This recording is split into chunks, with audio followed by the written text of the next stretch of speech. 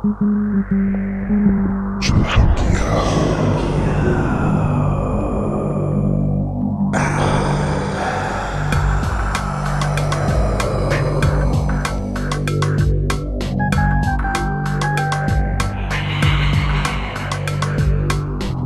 ago in a vast universe, There was a pale blue dot. That pale blue dot met a yellow golden square.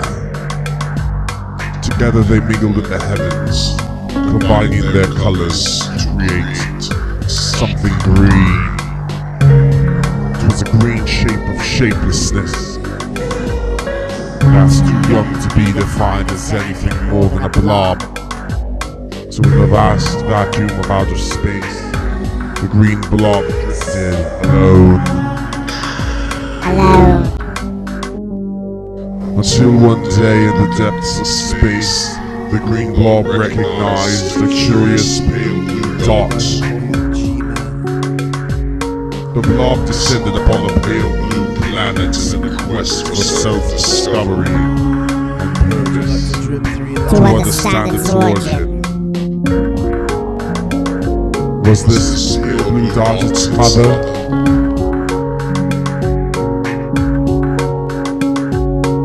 Once on the surface of the planet's crust, the green blob was overjoyed at the sight of other green blob-like shapes.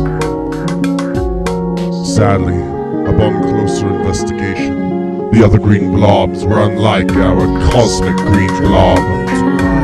These green blobs were unable to travel freely as they were bound to the ground by wooden roots.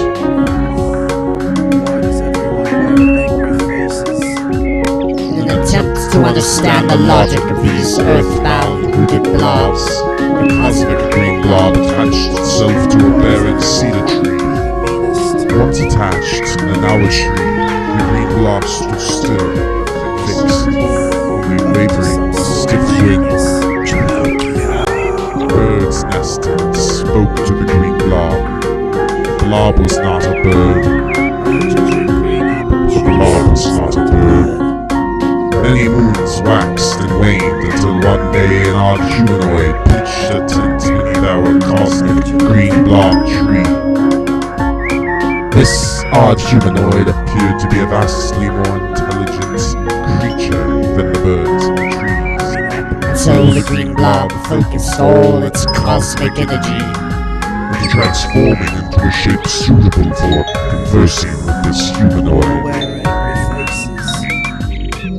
Hey there, stranger. What's your name? You must be the quiet type. Sheesh, mister. I'm gonna give you a name if you ain't gonna open up that funny little mouth of yours. I'm gonna call you, let me think. Well, you look like a blob on top of one of those funny Pinocchio puppet boys, so I'm gonna call you Gellochio. Only I'm gonna spell it different each time so that it has a formal consistency with your shapeless head. The boys back at college are gonna think I'm a whiz for coming up with this one. Anyway, Gellochio, I do believe that you are an anomaly of the Lord, and I welcome you to my planet Earth. and you should consider yourself lucky because you done landed yourself in the finest place on earth. You're in American USA. So, Gellochio, if you want to fit into our community here, I suggest you read this very exciting good book. It's my manual for living. Some refer to it as the Bible. I just call it the Bible. I hope I see you down the road someday, I friend. Right now, I gotta go catch some trout. May the Lord like to pass you follow.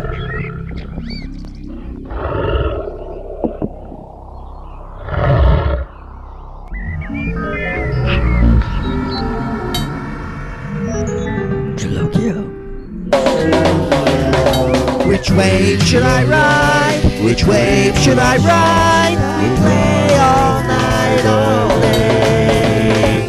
Which car should I drive? With my girl by my side, we'll drive all night, all day. I'll hold her hand in silver strand, and you will reach out right. But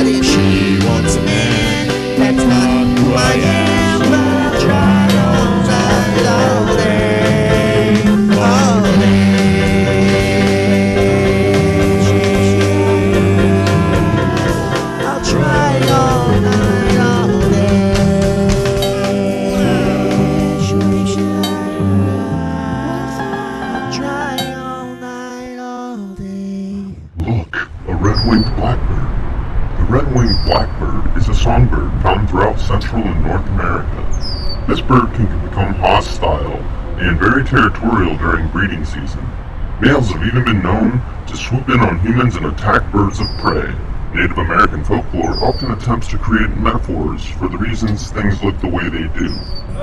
One Native American legend speaks of an Indian that grew so angry with his tribe that he sought to set the sea marshes ablaze in hopes to burn up the whole world.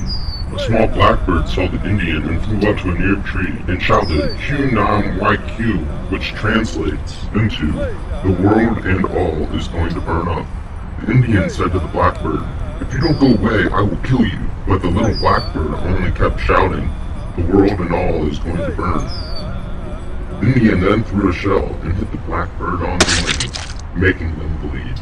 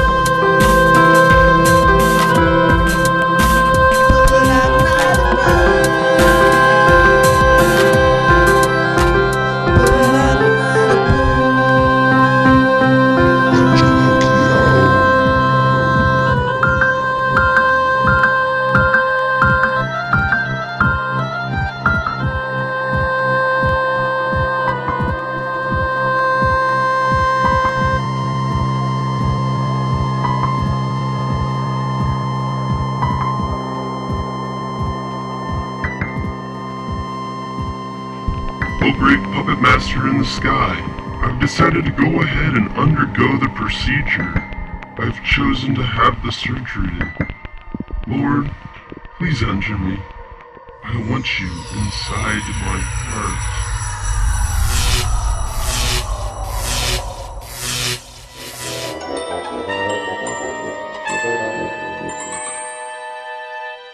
And from that day on, Gellochio spread a message of peace and love.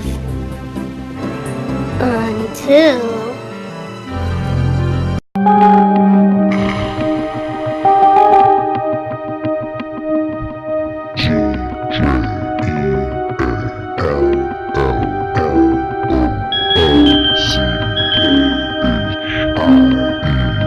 I saw a shadow in the tree of life, with a spade-shaped head, but it transformed into a blackbird, with a beak blood red. I tried to scare it with a primal scream, instead, it still drove its feet into my broken heart, and left me for dead. And the bird became a carpenter from an antique land. He picked me up and pulled my legs off, and then my hands. He whittled me into a wooden knife. He couldn't hear me scream. He tucked me in the sack, dropped in the canoe. I rode to Galilee, rode to Galilee,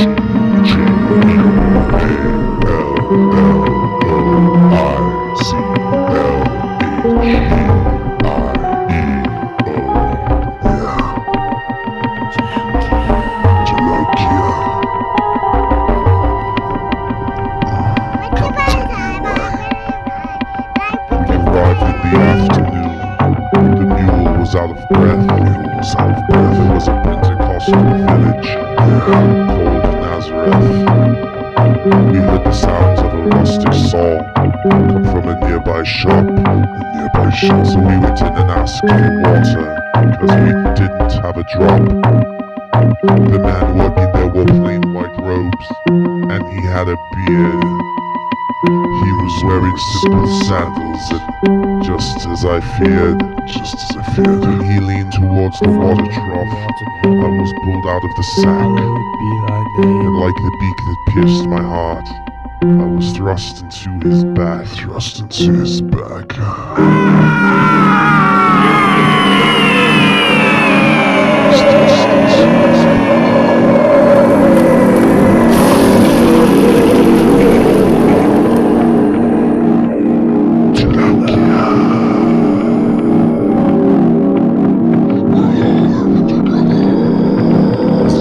Just like a human should. Then it disappeared. The dark carpenter removed the clothes and donned the faithful beard. He started working with the rustic saw. He made the cedar shine. He touched his finger to the water trough and turned it into wine.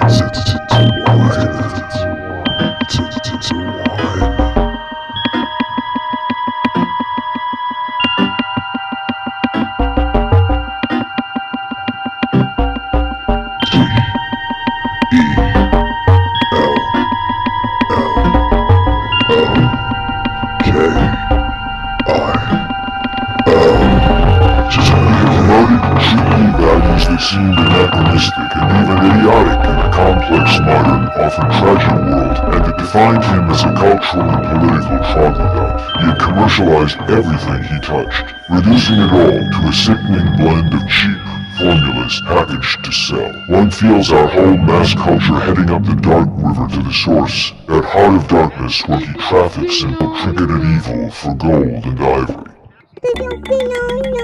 Convoys in back now.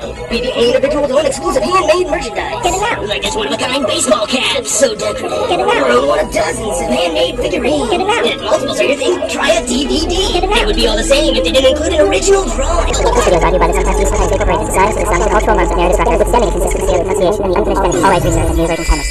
Get it out.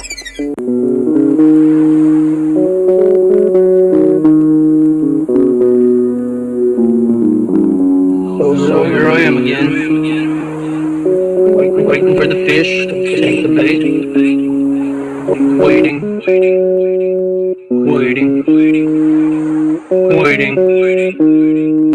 Wait a second, does that say dud? $30? Who the hell's gonna buy a dud for $30? Well, look who's coming down the road. And when I said I'd see you down the road, I did not expect to see you so emotionally down. Why so sad, odd fellow? Buck up. Let me tell you a little story that always makes me feel all uppity inside. You ever heard the word seppuku? Well, that there word is Japanese for cutting in the belly. But contextually, I'm referring to the ritual suicide of a samurai. According to the Bushido Code, the samurai would rather cut their own belly than die at the hands of their enemy. Well, just think. What if your enemy was the inability to dream? Don't lose sight of your dreams, odd fellow. Even those big bankers might not believe in your equitable value. I believe in you. And if your self-doubt becomes too much of an enemy, if you're thinking about seppuku, tell the big puppet master in the sky that I said howdy, vaya con Dios, Gellochio, that there's Spanish. It means go with God. So at that point, Gellochio became simultaneously inflated and deflated. He felt financially inflated, that his prices were too high, and deflated because he was used to kill the real Jesus before the fake Jesus was crucified on Calvary. Poor Gellochio.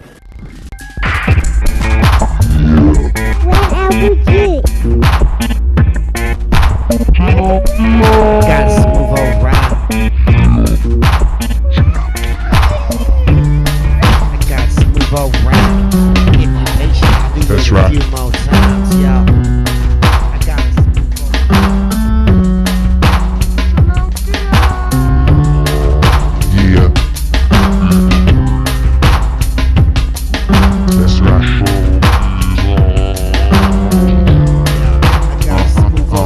I used to think a whole lot about mortality as I walked through an orchard of green apple trees, and I sat up on the stump or lay down in the grass, trying to find out me and nature's commonalities. But I was different from the start with my dripping hand, and I became a little bit misanthropic instead. So I picked up the dictionary like a John to a hoe, and I got all the action that I had solicited for. I learned to read in a public school, how about that? I learned to write my own name and put it to you. And when the teacher sat us down when it was time for a snack, I always asked for green apple juice. Green apple juice.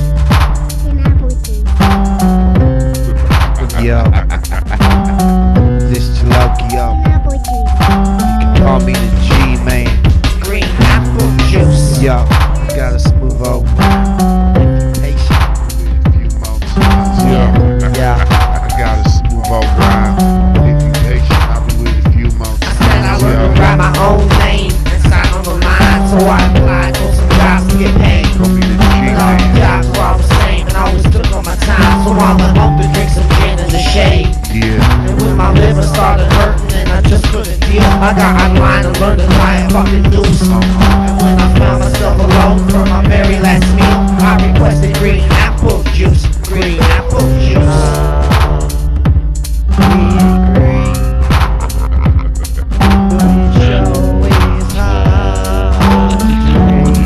I gotta smooth around. Hard fool. Lucky I'll be with a few more times. I was awake when I went. It didn't really hurt, and then I couldn't believe my eyes. I saw a huge spaceship, half Millennium Falcon and half Enterprise. Emily Dickinson was there in a skinny bikini. She was drunk and writing words on the wall. And there was Lincoln standing right next to John Wilkes Booth, but it didn't recognize him at all. What? We traveled near the speed of light through the universe, and when it looked like we were getting to the end, then we would turn the ship around, put on another disc, and do it all over again. I found the corner ship and ordered some green apple juice, but the waiters looked at me like I was mad. I asked again, but he just wasn't of no use. It was the only drink the fuckers didn't have, green apple juice.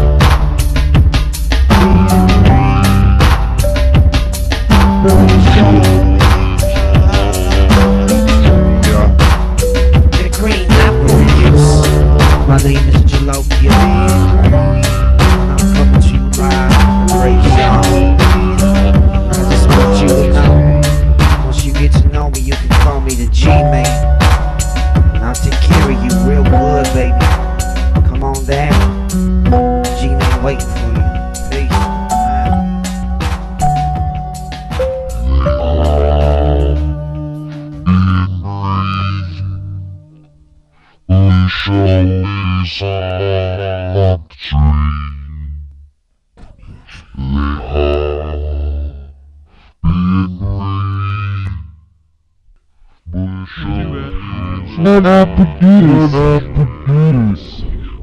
I'll do an apple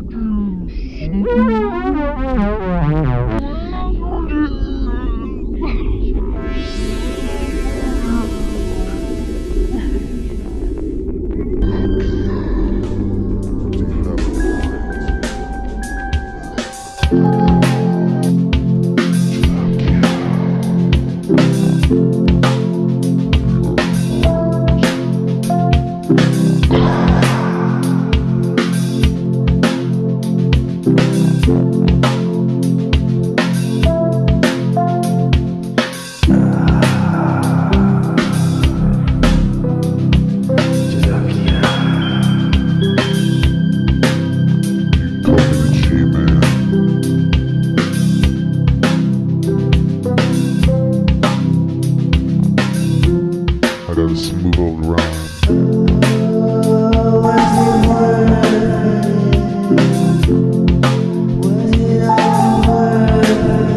Was it worth it?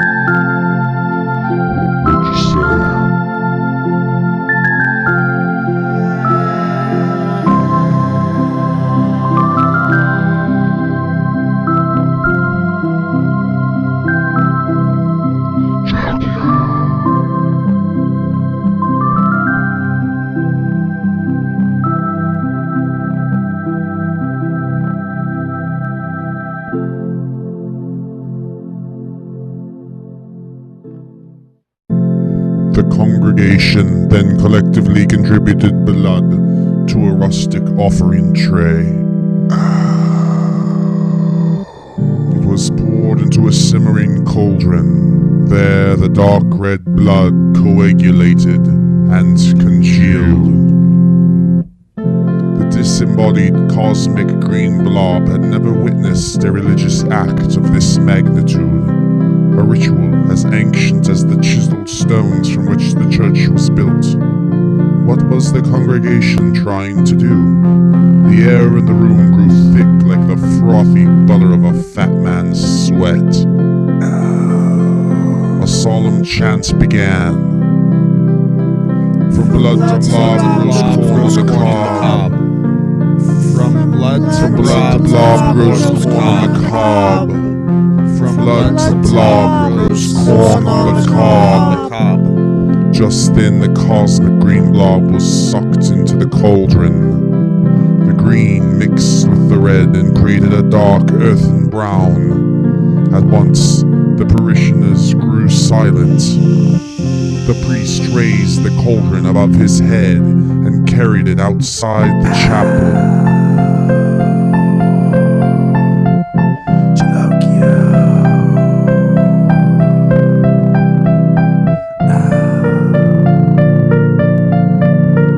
You'll never be defeated. Once outside, the priest led his flock to the edge of a field where he dumped the brown mess. The priest spoke. That which was red bring back the dead, and restore the hue of the blessing we knew. Quietly, the congregation disbanded, and each member settled in for the long winter to come. Gellochio, Winter to come. don't you take me away.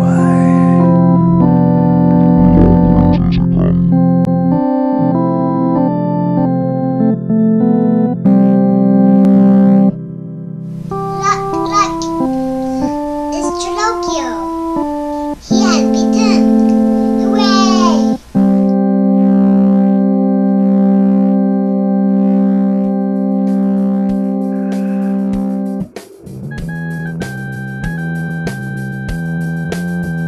He has beaten. Yeah.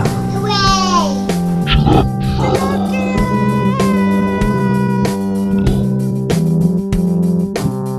Uh-huh. I've got a smooth old rhyme. Yeah. If you're patient, I'll do it a few more times. Say what? Say what? I've got a smooth old rhyme. He has beaten. Hooray! Well, I got a little fellow, his name is Gellochio, and he likes to play all day. All day. I got a little fellow, his name is Gellochio, and he likes to play all day. All day. I got a little fellow, his name is Gellochio, and he likes to play all day. He likes to play all day with me, and then he runs away with me. He likes to play all day with me, and then he runs away. Well, I got a little fellow, and his name is Gellochio, and he likes to play all day. I got a little fellow, and his name is Gellochio, and he likes to play all day. I got a little fellow, and his name is Gellochio, and he likes to play all day.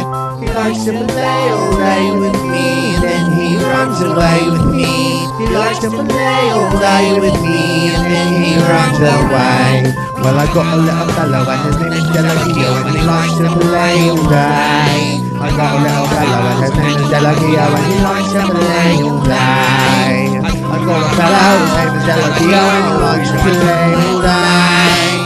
He likes to play all day with me, and then he runs away with me.